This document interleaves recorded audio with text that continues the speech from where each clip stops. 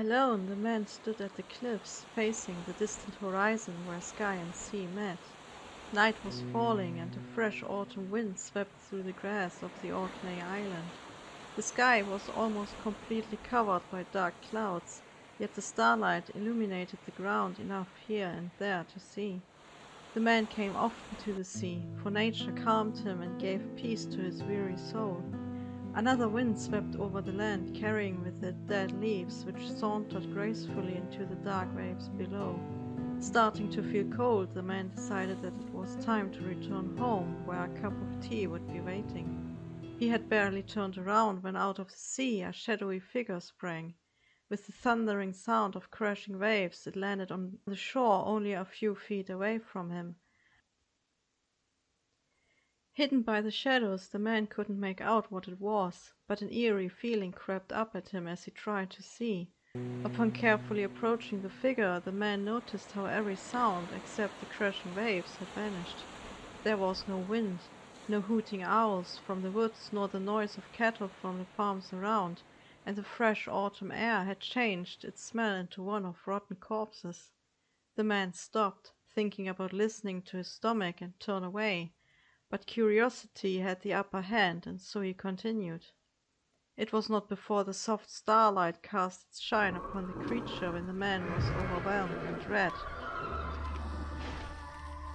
In front of him stood a creature which could only have been spawned from hell.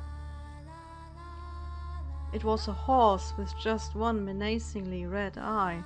The rider seemed to grow out of the horse's back, for the man could see no legs. The rider's arms reached to the ground and ended in long, taloned fingers. 3 eyes, burning like the fires of hell, stared at the man. His whole body shuddered as the mind tried to comprehend how such a demon might have ended up in the world of the living. He wanted to run, yet the man's eyes were glued to the grotesque appearance, for the creature had no skin nor hair. Bare muscles and white sinews contracted with each smooth movement. Blood, black as tar, was pumping through the veins, crisscrossing the flesh. The man was frozen in place, his mind reeling with pictures of how those long arms might rip him apart. The creature moved closer at an even pace, like a cat approaching its already doomed prey. When it reached out with its long arms towards the man, he instinctively stepped backwards. The muddy ground gave way in the dark, since he didn't see where his feet were going. He slipped, and standing close to the upper edge of a hill, he fell. Tumbling and skidding, the man reached the hill's foot, feeling bruises all over. Yet the fall might have saved his life, for the paralyzing fear had given way to adrenaline, and thus hurled his mind back inside his body. Not waiting for the creature to follow, the man set off running.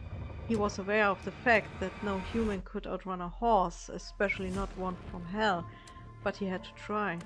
With his mind in turmoil, he tried to not stray from the way leading him home. A deafening, inhuman scream followed him as the creature gave chase. The unholy outcry made the man quicken his pace even more.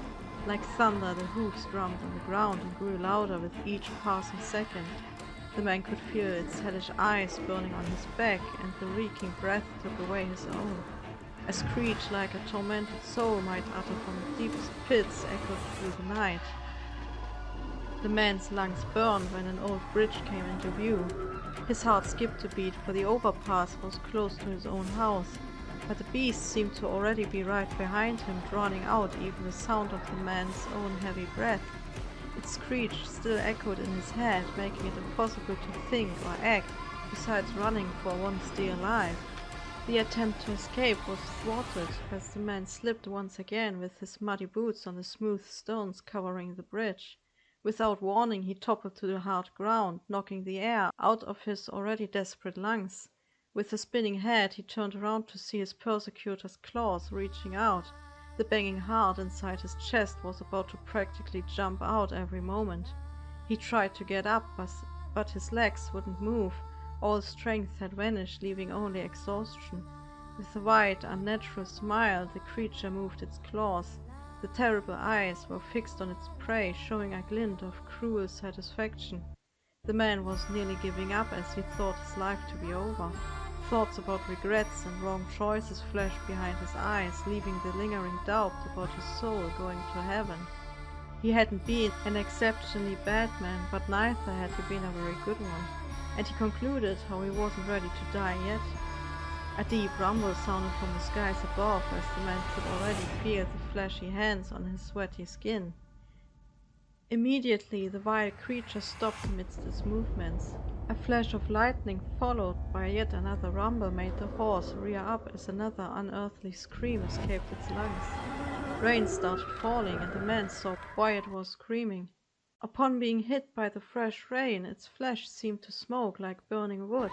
Still rearing, the creature turned away from its prey and towards the shore. Both mouths crying out in pain, it took off like the lightning which had crossed the sky only seconds ago. Numbness gripped the man's mind as he struggled to believe what had just occurred. The cool rain washed away his terror as he took a deep breath. Thanking the Lord for his benevolent interference, the man got up with shaky legs. It was a heavy rain, typical for the autumns of Scotland, drenching the man to the skin. He had never felt that happy about standing in the pouring storm.